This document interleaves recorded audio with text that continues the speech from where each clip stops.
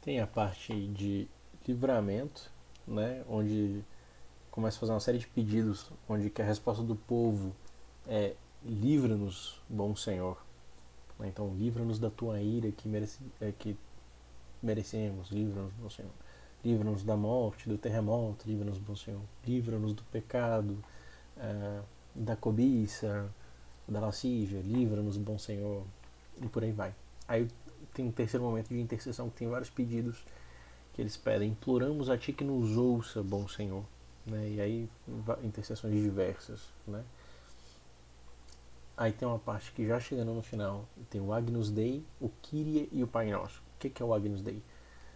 Cordeiro de Deus que tira os pecados do mundo, tem misericórdia de nós. Cordeiro de Deus que tira os pecados do mundo, ouve a nossa oração. Cordeiro de Deus que tira os pecados do mundo, tem misericórdia de nós. O Kyrie é aquele: Senhor, tem misericórdia de nós. Cristo, tem misericórdia de nós. Senhor, tem misericórdia de nós. E o Pai Nosso, todo mundo já conhece. Aí essa parte final é contrição. Chamei aqui de contrição, confiança e pedidos de compaixão, que ele começa então a pedir, tem uma forte ênfase de pedir perdão pelos pecados, ao mesmo tempo confiando de que Deus vai fazer a sua obra na vida da pessoa. E ele termina falando, com um responsório, né, falando: filho de Davi, tem compaixão de nós. Né? Então ele fecha com esse tom bastante penitencial também. Aí vem a sexta parte, que é o finalzinho, que é a oração de São João Crisóstomo, né, confiados na promessa, que quando dois ou três se reúnem, o Senhor atende as nossas orações, atende a oração dos seus servos da maneira que seja mais oportuna e proveitosa a eles, etc, etc. E a bênção, né? A alma do Pai, a graça do Senhor Jesus Cristo, a comunhão do Espírito, seja com todos vós. Né? Então, que nem eu disse, não sabe como orar, pega uma litania. Com certeza, porque pela repetição, não é que as muitas palavras, né, vão fazer Deus atender, mas que essas boas palavras vão ensinar a formar, né, o seu conteúdo de oração, o seu tom de oração, a reverência de oração. A litania, ela traz tudo isso, né? Eles conseguiram fazer de uma maneira bem bacana. Então a gente vai ver que enquanto nas orações matutinas e vespertinas a leitura do AT era sequencial, lendo a Bíblia, quase a Bíblia toda, todo ano, os cultos dominicais se pautavam e se pautam, né, pelo calendário cristão: Advento, Natal, Quaresma, Páscoa, Trindade. Assim como algumas festas, né? O que eu quero dizer por festas? Outras datas comemorativas que não eram necessariamente os grandes períodos, né, do calendário cristão. Então, por exemplo, comemoração dos apóstolos, tinha um dia de comemoração para cada apóstolo, tem, né? É, alguns santos da igreja mais antigos, como Agostinho, Crisóstomo, Gregório Magno, Irineu de Lyon e por aí vai, né? É, outras como a Anunciação, Santos Inocentes, aí vai depender um pouco da versão também do livro de oração comum, mas eles também têm essas datas comemorativas. Ai, nossa, mas que católico de novo, né? Esse papismo rompante. Mas, gente, olha, é, tem até um artigo muito bom do Daniel Hyde, que é um pastor reformado, chamado Helpful But Not Holy, mostrando como as igrejas reformadas do continente, né, é, ao contrário da Igreja Católica Romana, que colocava essas festas, essas datas comemorativas de santos do passado e etc., com um peso espiritual igual ao do domingo, e até hoje na Igreja Católica Romana eles têm umas divisões lá, não é todo dia de santo que tem esse peso, mas tem alguns que são. Que se você não fosse para o culto, você estaria pecando, né? Nas igrejas reformadas, a igreja anglicana não é uma exceção, porque ela é uma igreja reformada. A ideia é o seguinte: esse é um dia que a gente separa para culto a Deus e nós nos lembramos do servo de Deus, Agostinho, Paulo, né, Pedro e por aí vai. E o que Deus fez por meio da vida deles. Entendeu? Essa é a verdadeira comemoração dos santos, né? Lembrando do que Deus fez na vida deles e a gente tentar imitar suas virtudes.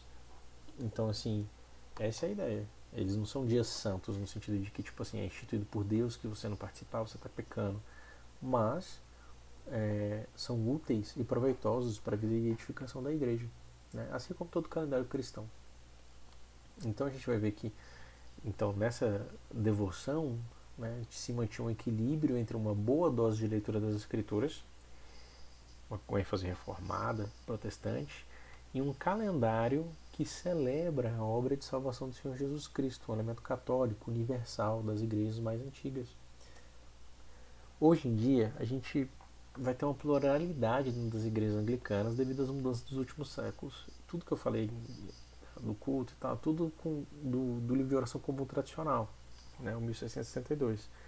Mas das mudanças drásticas do século XIX para o XX, a gente vai ter uma série de extremos, né? E aí uma pluralidade com abrangência muito maior, né? Tem coisas que vêm para bem, tem coisas que não são tão boas assim. Então, por um lado, a gente vai ter quem mantém os padrões do livro de oração comum, em maior medida, com adaptações locais que já se tornaram tradicionais. Um exemplo é o livro de oração comum de 1928, o americano, né? Onde vai ter suas variações, como, por exemplo, não vai ter oração para a rainha, mas vai ter uma oração para o presidente ou para o governo como um todo, né? Mas se mantém o mesmo padrão da Santa Comunhão. Vai ter umas diferenças lá na hora da ceia e tal, mas se mantém um padrão muito parecido. Ofícios matutinos e vespertinos, sepultamento, batismo, é o mesmo conteúdo, assim, uma coisa ou outra que vai diferir, obviamente, mas mantém esse padrão assim, muito parecido com o livro de oração comum mais tradicional. Mas por outro lado, a gente vai ter uma coisa que vai fugir muito do livro de oração comum, né? Ou pelo menos do espírito do livro de oração comum. Então a gente vai ter um minimalismo litúrgico, a gente vai ter um extremo evangélico, como alguns casos na Austrália, e até mesmo na própria Inglaterra, onde tem pouco apreço pela liturgia, né, tradicional da igreja anglicana, onde vai parecer muito mais evangelical, igreja da parede preta, da luz apagada, né, é, do telão, né, assim, apesar de que eu particularmente não gosto, eu sei que tem irmãos que podem estar em igrejas assim, né, tudo bem, é, mas o fato é que uma igreja que tem padrão litúrgico, né, está seguindo uma coisa muito diferente, né? Ou, por um outro lado, a gente vai ter um revisionismo litúrgico, né? Aí por causa de um movimento litúrgico moderno que surgiu assim no século XIX, onde esse movimento litúrgico que perpassa várias tradições cristãs, né? Eles começaram a fazer um resourcement, uma pesquisa, né, das liturgias mais antigas, dos primeiros séculos e tal, começaram a modificar algumas coisas. E teve muita coisa boa que saiu disso aí, mas também ao mesmo tempo teve umas coisas meio ruins, porque isso veio junto de um espírito meio modernista, meio liberal com algumas coisas e tal. Então, um caso aí que eu coloquei é o BCP 79, né, o Livro de Oração Comum de 1979 dos Estados Unidos. O que acontece nesse livro de oração comum? Ele retira várias palavras ofensivas, muita ênfase no pecado, para ser mais palatável, e põe tantas opções litúrgicas que ele deixa de ser um livro de oração comum, na minha opinião. Né? Por que o livro de oração comum ele foi feito? Para que o povo tivesse uma mesma devoção, um mesmo culto, uma mesma forma de orar, independentemente do lugar que você fosse, você estaria em casa. Né? Mas você coloca tanta opção, tipo assim, na Eucaristia você pode orar desse jeito, mas você pode orar desse outro jeito, mas você pode orar desse outro jeito, você pode fazer esse rito, você pode fazer esse outro rito. Para tudo tinha tipo uns 2, 3 ritos diferentes, sabe? Com opções dentro dele. Eu lembro que uma vez uma pessoa tinha feito um cálculo das opções possíveis, assim, ele multiplicou tudo. Cara, dava tipo assim, centenas de milhares de opções diferentes para você fazer tudo que tem no livro de oração comum desse. Então, assim, ele deixa de ser um livro de oração comum. Por mais que ele seja um documento, o livro de oração comum, ele deixa de ter esse espírito de oração comum em prol de buscar as fontes, em prol de ser mais relevante, por aí vai, sabe? E a gente vai ter um extremo católico, de gente querendo buscar formas mais católico-romanas, não católicas, mas católicas romanas de adoração. Então, a gente com o English Missal, o Anglican Missal, o American Missal, às vezes pegando missais medievais, como Stowe Missal, o Missal de Stowe, o Missal de Verona, entre outros.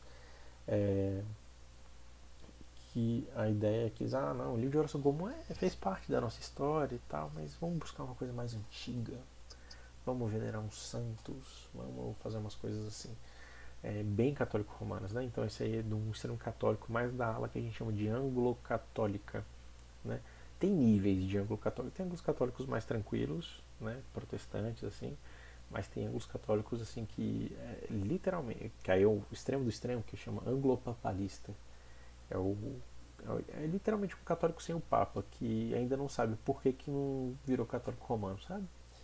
Então, assim, hoje em dia, que nem eu falei, a gente teve um caos de extremos, que a abrangência que tinha virou muito maior. E para mim, na minha opinião, isso virou um problema. Porque você perde a identidade do que é ser anglicano. Porque não é só uma questão doutrinária, mas devocional também. Né? Porque é lex orandi, lex credente. Né? A lei da oração é a lei da crença. Então, assim, acabou se perdendo, porque muita gente quer puxar muito para o lado católico, puxar muito para o lado evangélico, né? Ou algumas outras coisas que alteram essas coisas todas e se perde, né? E a gente vê, aí tem um bom exemplo da Reformed Episcopal Church lá nos Estados Unidos, que ela fez justamente o contrário, buscar as fontes originais anglicanas, é, a vida mais tradicional anglicana, e é uma das denominações anglicanas que mais crescem nos Estados Unidos, né? Tudo bem, eles fazem parte da ACNA, que é uma denominação maior, mas eles mantêm os distintivos deles, eles têm uma versão do livro de oração comum que é bem tradicional, bem parecido com 1662, então assim, tem tido ótimos frutos dali, sabe? Então, no meio de tanto caos, quem se mantém fiel na moderação, que o anglicano sempre quis ter, acaba tendo bons frutos, né? Então a gente vai ver o seguinte, que ser católico e reformado é um desafio para todo protestante, gente. Isso não é só coisa de anglicano.